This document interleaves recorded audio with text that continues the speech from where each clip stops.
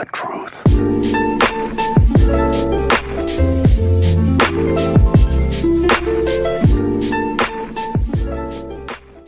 Καλησπέρα παιδιά, σήμερα θα δούμε ένα keyboard της Logitech, ένα gaming keyboard και όχι μόνο. Δηλαδή μπορεί να το πάρει οποιοδήποτε στο γραφείο του για μια γυριλέ δουλειά που κάνει για οτιδήποτε και να είναι πανέμορφο. Διότι δεν έχει το bleed light που λέμε κάτω από τα πλήκτρα, μόνο φαίνεται το φως πάνω από τα πλήκτρα. Οπότε συστήνω σε όλους, και gamer και όχι. Λοιπόν, πάμε να δούμε το κουτί. Λοιπόν, εδώ πέρα βλέπουμε ότι μας λέει ότι είναι linear switches. Θα τα δούμε τα switches πώς ακούγονται και τα λοιπά, αλλά linear φανταστείτε ότι τα συγκεκριμένα κάνουν πολύ λιγότερο θόρυβο και έχουν πολύ μικρό actuation, δηλαδή τα πατάς λίγο και κατευθείαν έχουμε το πάτημα χωρίς να πατηθεί μέχρι το τέρμα. Πολύ ωραία switches, πολύ δυνατά, και πάμε να δούμε τι άλλο έχει εδώ πέρα το keyboard. Βλέπουμε εδώ το logo, carbon. Για πάμε να δούμε εδώ πέρα. Mechanical switches, όπως είπαμε, RGB, full RGB. Τεχνικά specifications, για να δούμε. Για να δούμε, φαίνεται εδώ στην κάμερα. Ωραία. Λέει εδώ πέρα ότι αντέχει για 70 million key presses. Για αρκετό καιρό δεν θα σας πάθουν τίποτα. Actuation distance, δηλαδή αυτό που είπαμε πριν, ότι το βλέπουμε εδώ πέρα, actuation distance, ότι δεν χρειάζεται να πατηθεί τελείως. Στο 1,5 mm, στο 1,5 χιλιοστό, ήδη έχει πατηθεί. Πώς να το πατήσετε μέχρι κάτω. Actuation force, δηλαδή με πόσο πάτημα χρειάζεται, 45 γραμμάρια δηλαδή χρειάζεται, οπότε μην σκεφτείτε τίποτα, κατευθείαν μόνο που θα κουμπίσετε μετά από λίγο πατιέται. Total distance 3,2 mm, δηλαδή να πατηθεί μέχρι κάτω, στα 3,2 χιλιοστά το έχετε πατήσει μέχρι το τέρμα, το οποίο δεν χρειάζεται, πιστέψτε με. Ωραία, τώρα αυτά είναι τεχνικά specs, περισσότερους δεν τους ενδιαφέρουν ούτως ή άλλως. 2 χρόνια λέει εγγύηση και ένα pass-through. Και τι άλλο, για να δούμε εδώ πέρα. Το πίσω μέρος, ναι. Εδώ πέρα βλέπουμε κάποια χρωματάκια που έχει σε default και θα τα δούμε και μετά. Το πληκτρολόγιο. Εδώ να κουμπάμε την παλάμη μας, θα τα δούμε.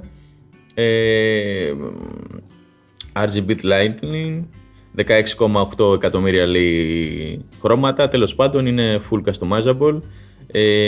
USB pass-through, σημαίνει USB pass-through, ότι μπορούμε να ενώσουμε κατευθείαν, ας πούμε, ένα USB, άλλα devices, άλλες συσκευές. Τα ROM RG, τα linear που είπαμε, είναι τρομερά γρήγορα, υπεργρήγορα, σε βαθμό που μερικοί μπορεί να μην μπορείτε, ας πούμε, να τα... μου πήρε, ας πούμε, πώς να σας το πω, μπορεί και 6 μήνες να τα συνηθίσω. Τα πάταγα λίγο στην τύχη καμιά φορά, δηλαδή χωρίς να το θέλω. Εδώ βλέπουμε το aluminium, μας λέει ότι είναι, ας πούμε, αυτό που χρησιμοποιούν στα aircraft, το 5052 aluminium. Τέλος πάντων, θα τα δούμε στην πράξη. Εδώ βλέπουμε το keyboard μας.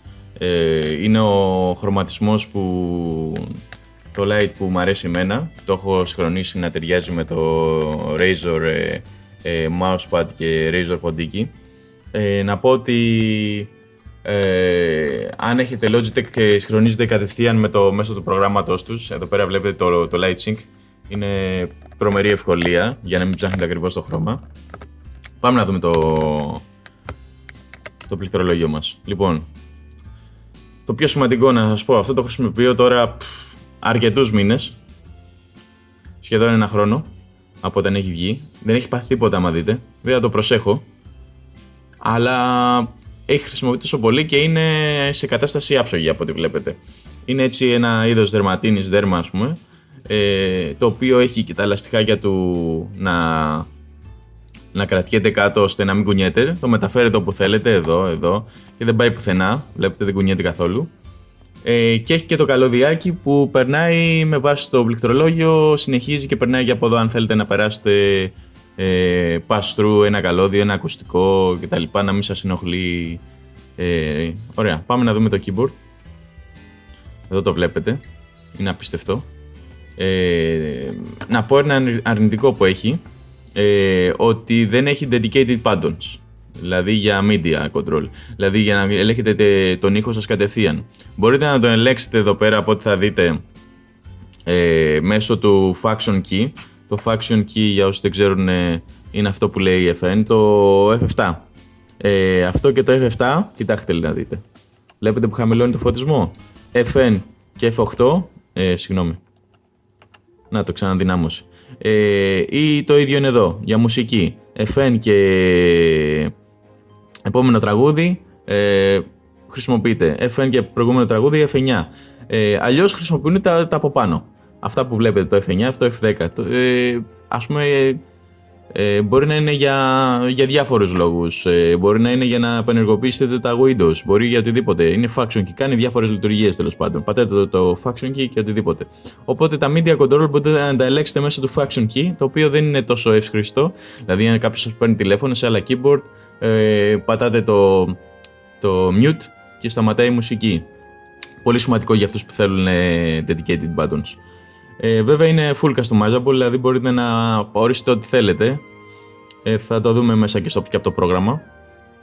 Μπορείτε να κάνετε ένα πλήκτρο ότι αυτό θέλετε να είναι, ας πούμε, να το καταργήσετε και να είναι κατευθείαν, ας πούμε, το mute, το NAM, ας πούμε. Αλλά μετά για να χρησιμοποιείτε το NAM θα πρέπει να πατήσετε function NAM. Θα αλλάξει η λειτουργία τους. Μας δίνει αυτή τη δυνατότητα Logitech, είναι πολύ σημαντικό. Βλέπουμε εδώ το aluminum frame, είναι τρομερό, είναι πανέμορφο, ίσως από τα πιο όμορφα keyboard που έχω δει. Κυριλάτο, δεν είναι τώρα να πετάει όπως είπαμε πριν, να έχει πολύ light bleeding κτλ. Είναι ο φωτισμός βγαίνει πάνω από τα πλήκτρα, το οποίο εμένα μου αρέσει προσωπικά περισσότερο από όλα. Δεν είναι τόσο καγκούρικο, ας πούμε. Αν βέβαια σας αρέσει τόσο πολύ ο RGB φωτισμός και θέλετε να είναι εδώ πέρα, δεν το συνιστώ, για gaming είναι τρομερό. Ωραία. Ας πούμε να δούμε το πίσω μέρος. Το καλώδιο είναι πολύ στιβαρό, είναι απίστευτο. Εδώ πέρα βλέπετε, όπως είπαμε πριν, περνάει το καλωδιάκι αν θέλετε να περάσετε, ας πούμε, π.χ. ακουστικά και συνεχίζει από εδώ πέρα στο wristpad. Εδώ πέρα βλέπουμε ένα texture, ας πούμε, style από πίσω. Αναβοκατεβαίνει, έχει μία μόνο, να σας πω ότι έχει μία μόνο κλίση. Σε άλλα keyboard έχει διαφορετικές, έχει 2-3 κλίσεις που μπορεί να πάρει το keyboard. Εγώ την έχω στο μεγαλύτερη, άλλοι δεν τις βολεύει και το έχουν κάθετα. Και εδώ πέρα μπορεί να περάσετε κάτι. Και εδώ έχει τα λαστιχάκια μας τα οποία δεν κουνιέται το keyboard, είναι πολύ σωστό. Προσπαθείτε να το λυγίσετε και δεν λυγίζει, οπότε είναι πολύ σημαντικό αυτό. Μην ρωτήσετε, πολλοί κόσμος δεν έχει καταλάβει τι είναι, εάν θα μπαίνει κάποιο εξαρτηματάκι που θα βγει ή οτιδήποτε. Εδώ είναι το παστρού μας. Εδώ μπορείτε να βάλετε ένα USB ή κάτι άλλο οποίο θέλετε να συνδέσετε κατευθείαν, οπότε να μην ψάχνετε πίσω από τον υπολογιστή σας. Ναι, επίσης να σας πω ότι κάτι πολύ απλό που εταιρείες το έχουν καταργήσει, έχει το caps lock, να το βλέπετε. Όσο και αν φαίνεται αστείο, υπάρχουν εταιρείες που έχουν καταργήσει το χρωματέ το caps lock και καμιά φορά δεν ξέρεις αν έχεις κεφαλαία ή μικρά. Πάμε να δούμε λίγο το συστηματάκι. Λοιπόν, όπως βλέπετε εδώ πέρα το keyboard, βλέπετε όλες τις επιλογές. Έχει, ας πούμε, αν έχετε κάποια παιχνίδια, όπως φαίνεται εδώ πέρα, μπορεί να έχεις για το κάθε παιχνίδι διαφορετική επιλογή και μάκρος και χρώματα. Οπότε με το που πατάτε το παιχνίδι που θέλετε να μπαίνει το ανάλογο. Πολύ βολικό για όσους ενδιαφέρει τόσο πολύ να κάνουν customize. Έχει και διάφορα assignment. Σου λέει το κάθε ένα γιατί λειτουργεί και μπορεί να αλλάξει τα function, όπως είπαμε και πριν. Έχει κάποια keys, μπορεί να αλλάξει το τι κάνουν.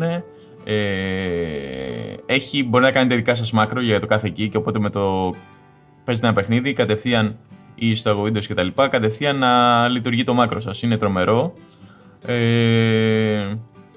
Και πάμε να δούμε κάτι πολύ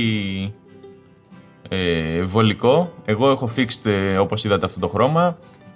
Κάποιος άλλος μπορεί να θέλει να παίξει και σας δίνει διάφορες επιλογές εδώ. Θα σας δείξω ένα παράδειγμα.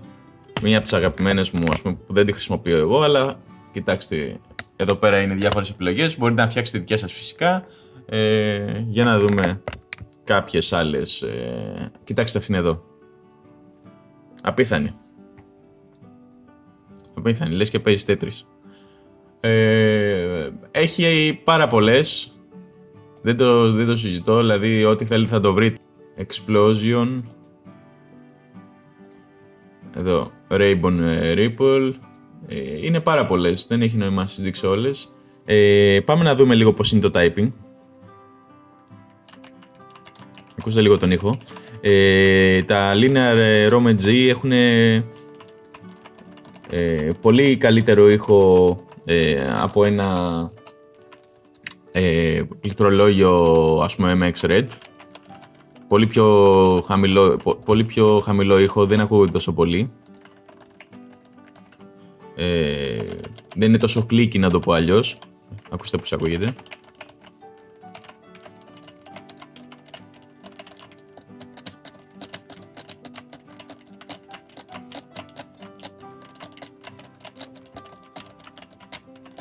Μην ανησυχείτε αν σας χαλάσει ένα κουμπάκι, γιατί έχει δώσει κάποια κίκαψη,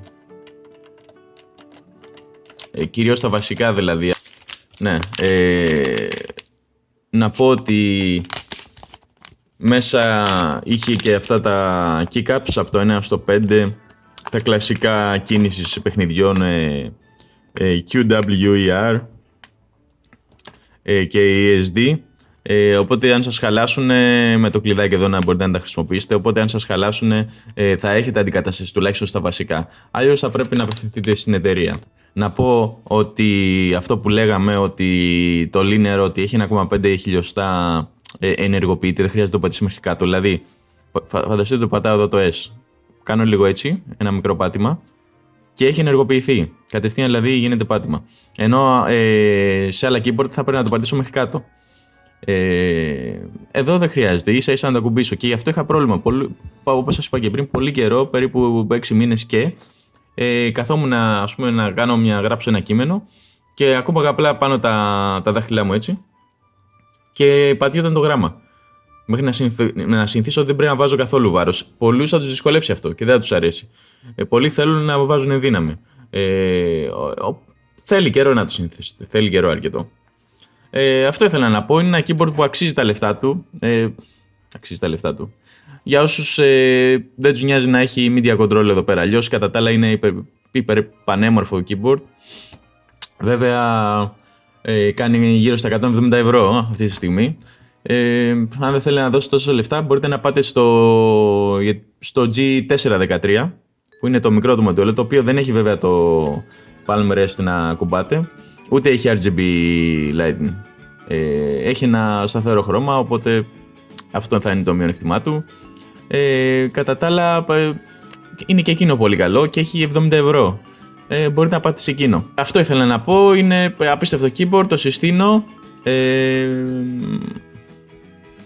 Θα κάνω και ένα βιντεάκι που θα συγκρίνω το sound μεταξύ του αυτονού και του K68 MX Red, οπότε να δείτε διαφορά, που και εκείνο επειδή νομίζω έχουν βάλει κάποια linear switches δεν είναι τόσο δυνατό όσο τα κλασικά MX Red που κάνουν πολύ θόρυβο για όσους αρέσει, που είναι tactile, αλλά τουλάχιστον να δείτε διαφορά.